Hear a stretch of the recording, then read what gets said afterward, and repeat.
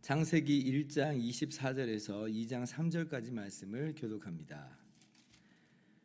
하나님이 이르시되 땅은 생물을 그 종류대로 내되 가축과 기는 것과 땅의 짐승을 종류대로 내라 하시니 그대로 되니라. 하나님이 땅의 짐승을 그 종류대로 가축을 그 종류대로 땅에 기는 모든 것을 그 종류대로 만드시니 하나님이 보시기에 좋았더라. 하나님이 이르시되 우리의 형상을 따라 우리의 모양대로 우리가 사람을 만들고 그들로 바다의 물고기와 하늘의 새와 가축과 온 땅과 땅에 기는 모든 것을 다스리게 하자 하시고, 하나님이 자기 형상 곧 하나님의 형상대로 사람을 창조하시되 남자와 여자를 창조하시고, 하나님이 그들에게 복을 주시며 하나님이 그들에게 이르시되 생육하고 번성하여 땅에 충만하라. 땅을 정복하라. 바다의 물고기와 하늘의 새와 땅에 움직이는 모든 생물을 다스리라 하시니라. 하나님이 이르시되 내가 온 지면에 씨 맺는 모든 채소와 씨가 진 열매 맺는 모든 나무를 너희에게 주노니 너희의 먹을 거리가 되리라.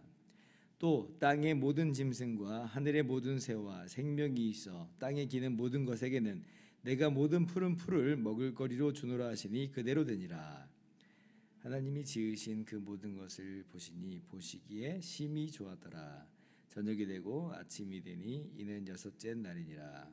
천지와 만물이 다 이루어지니라.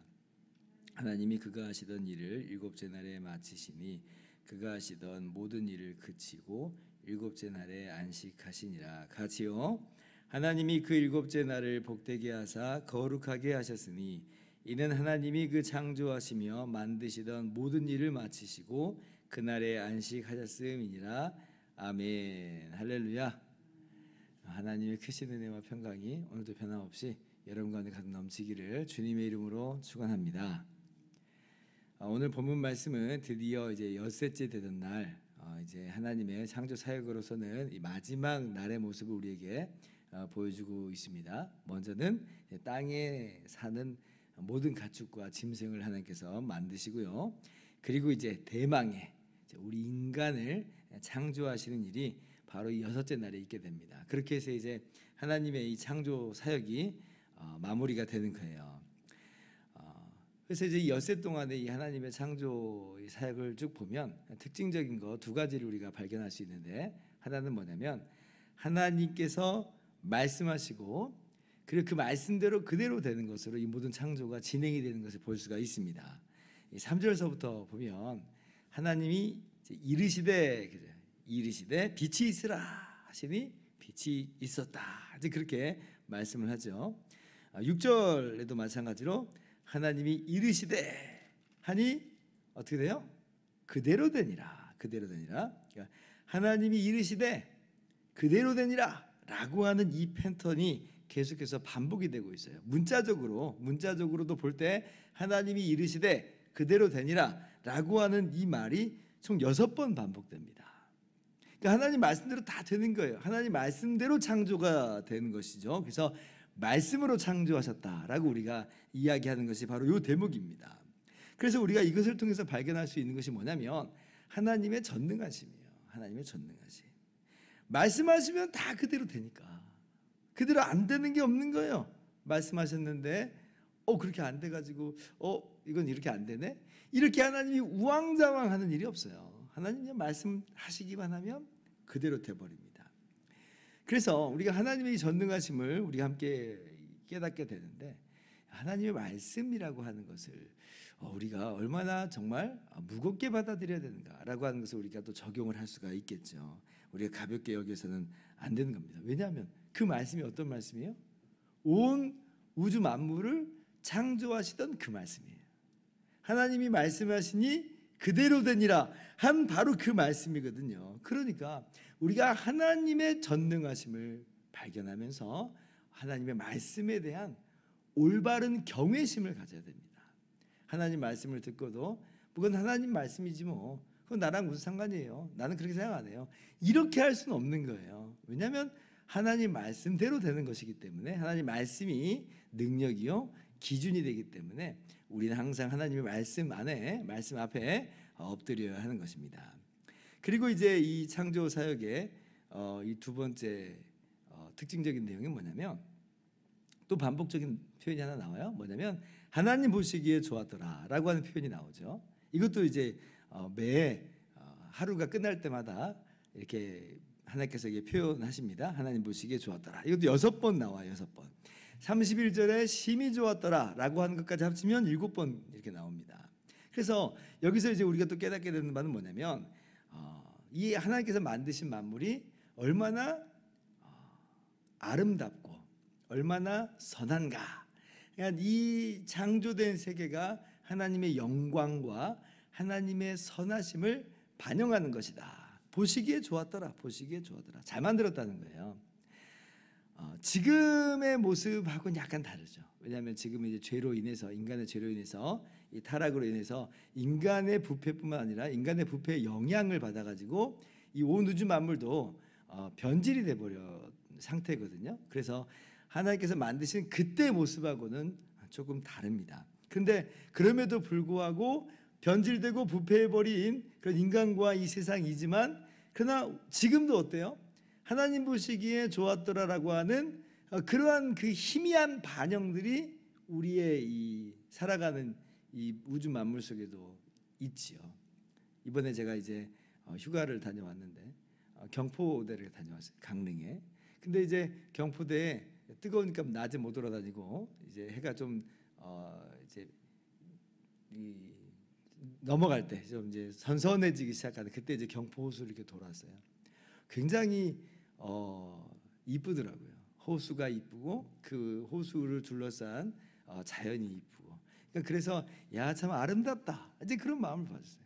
그리고 이제 또 근처에 또 설악산이 있으니까 또 산까지는 못 올라가겠고 산책하려고 이제 비선대 이 가는 산책 코스처럼 이렇게 평탄하게 돼 있더라고요. 그래서 비선대까지 한번 쭉 가봤어요.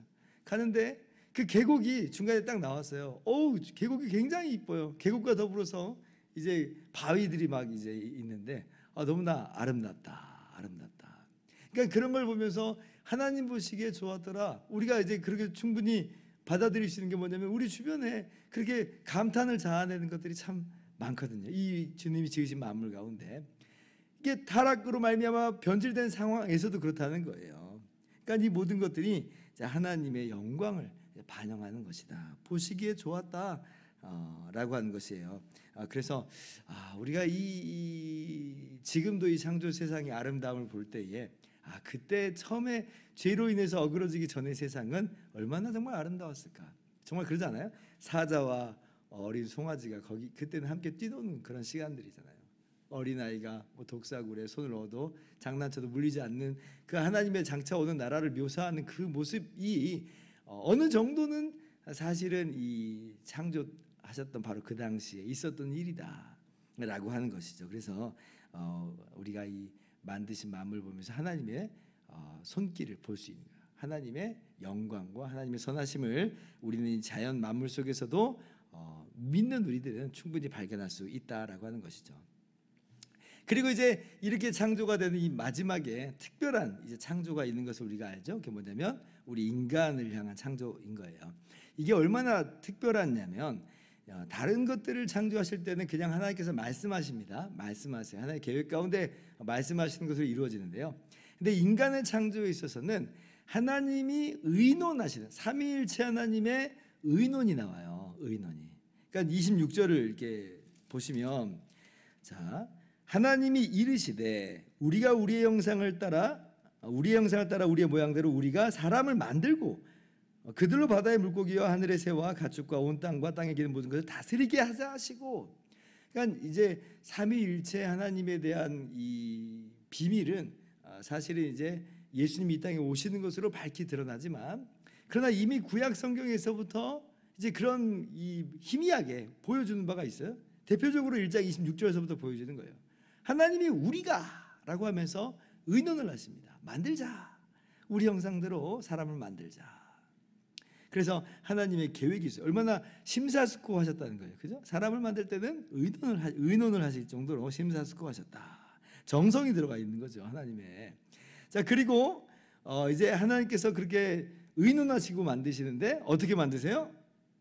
특별한 이유 두 번째는 인간을 하나님의 형상대로 만들었다. 하나님의 형상대로 만들었다. 이 하나님의 형상대로 만들었다는 게 인간의 이 특별한 점이에요. 인간만 가지고 있는 그 유일무이성이다는 거예요.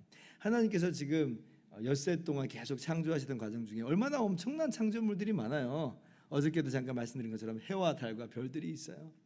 큰 바다 생물도 있고 뭐 바다의 고래, 코끼리, 사자 이런 것 보면 그의 힘과 크기와 그 용맹함 이런 것들에 있어서 최고로 아주 훌륭한 걸작들이죠.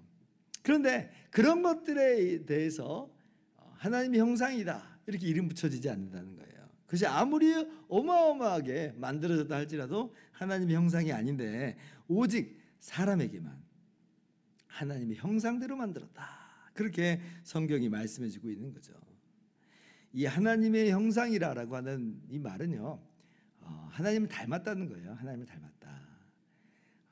신약 성경을 따라서 우리가 하나님의 형상을 더 깊게 들여다보면 의와 지식과 거룩, 의와 거룩과 지식에 있어서 하나님을 닮은 이제 그런 존재다라고 하는 것이죠. 그렇게 자유의지를 가진 인격적인 영적 존재로 만들었다. 이게 이제 하나님의 형상대로 만들었다는 거예요. 그러니까 하나님의 형상이다, 하나님을 닮았다 이 말은요, 진짜 온 우주 만물의 왕이신 하나님의 대리자로서 하나님이 두셨다는 겁니다. 그러니까 이 세상의 왕적인 존재로 하나님이 사람을 두신 거예요. 근데 이제 하나님을 배제한 왕이 아니라 하나님의 대리자로서 왕이에요. 그래서 이 사람에게 이제 하나님께서 요구하시고 명하시는 게 뭐냐면 다스리라, 다스리라. 지금 이 땅의 짐승들을 다스리라고 하는 거예요. 28절을 보면 번성하여 땅에 충만하라 라고 하는 것까지는 이건 새한테도 주신 말씀이에요. 새한테도 번성하고 충만하라 그렇게 말씀하셨거든요. 근데 그 뒤에 땅을 정복하라, 바다의 물고기와 하늘의 새와 땅에 움직이는 모든 생물을 다스리라, 이건 인간에게만 주신 거거든요. 다스리는 권세를 주신 거예요. 왕적 권세를 주신 겁니다. 참 왕이신 하나님의 대리자로서 이 온 우주 만물의 생물들을 다스리는 그런 위치를 하나님께서 부여하신 거죠. 인간이 얼마나 엄청난 존재로 지음받았는지를 우리가 좀 깨달을 필요가 있습니다. 기가 막힌 특권이죠. 우리 오직 인간에게만 주신 것이에요. 그래서 우리는요, 우리 스스로를 향해서 거룩한 자존감을 좀 회복할 필요가 있습니다. 이 세상에서는 어떤 그가 가진 어떠한 능력이나 어떤 재산이나 어떤 업적들로 인해서 인간을 평가를 하고 그렇게 자신 스스로도 가치를 매기면서 어떤 사람은 우쭐하고 어떤 사람은 의기소침하고 이제 그런데요. 근데 이제 그런 것으로 자존감을 가지면 안 돼요. 우리가 정말 가져야 되는 자존감은 뭐냐면 하나님께서 하나님 형상대로 우리를 만드셨다는 거예요. 이것은 뭐 어떤 사람이든 예외가 없어요. 우리 모두가 전부 다 하나님의 형상이다.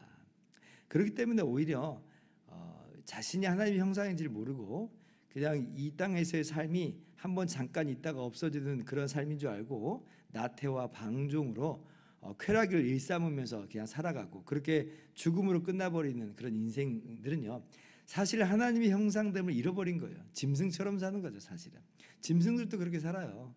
한번 반짝 있는 그 삶을 산단 말이에요. 그런데 하나님께서 우리에게 말씀하시는 바는 우리는 그런 짐승 같은 그런 존재가 아니라 하나님의 형상대로 지음받은 하나님의 대리자다, 왕적인 존재들이다 라고 하는 것이, 그래서 우리 스스로 거룩한 자존감을 좀 회복할 필요가 있어요. 나 스스로를 향해서 뭐 이렇게 자신을 억누르지 마세요. 억누르지 마세요. 하나님의 형상인 줄 알고 귀하게 여기는 거, 내가 하나님의 형상이구나. 그러면 자신에게도 그런 자존감을 건강하게 회복해야 된다면 다른 사람에게도 마찬가지죠. 저 사람도 하나님의 형상이구나 라고 하면서 그 사람도 귀하게 여길 줄 아는 것이 우리들의 마땅한 모습이어야 됩니다. 왜냐하면 그도 하나님의 형상이기 때문에 그래요. 살인 금지 명령이 우리 십계명에 나오는 거 잘 알고 있죠. 살인하지 말라. 6계명으로 주어 주신 겁니다. 그런데 이 살인 금지 명령은 이 십계명을 주실 때 그때 비로소 처음 주신 게 아니에요. 창세기 9장 6절 보면 이미 노아에게 이렇게 말씀하십니다. 다른 사람의 피를 흘리면 그 사람의 피를 흘릴 것이니 이는 하나님이 자기 형상대로 사람을 지으셨음이니라. 사람 죽이면 안 된다는 거예요. 왜냐하면 하나님의 형상이기 때문에 만약에 그런 일이 발생하면 반드시 그 살인한 자를 죽이라는 거예요. 왜냐하면 하나님의 사형시키라는 거죠. 하나님의 형상대로 지음받은 그 형상을 파괴했기 때문에 그렇습니다. 그러니까 우리가 다른 사람을 향해서 귀중하게 여겨야 돼요. 왜냐하면 그가 하나님의 형상인데 하나님을 닮아 있는데 어떻게 우리가 함부로 대할 수 있겠어요? 그래서 우리가 우리 자신을 존귀하게 대우할 줄 알아야 되고 또한 그리고 다른 사람을 향해서도 평등하게 어떤 그의 어떤 가치나 업적이나 이제 그런 것으로가 아니라 하나님이 부여하신 이 하나님의 형상이라는 관점 안에서 정말 귀하게 우리가 존귀하게 여겨야 될 줄을 믿습니다.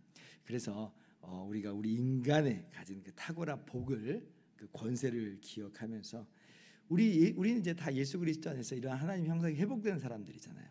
그렇기 때문에 하나님의 형상답게 살아가는 오늘 하루의 우리 모든 삶이 되기를 주님의 이름으로 축원합니다. 기도하겠습니다.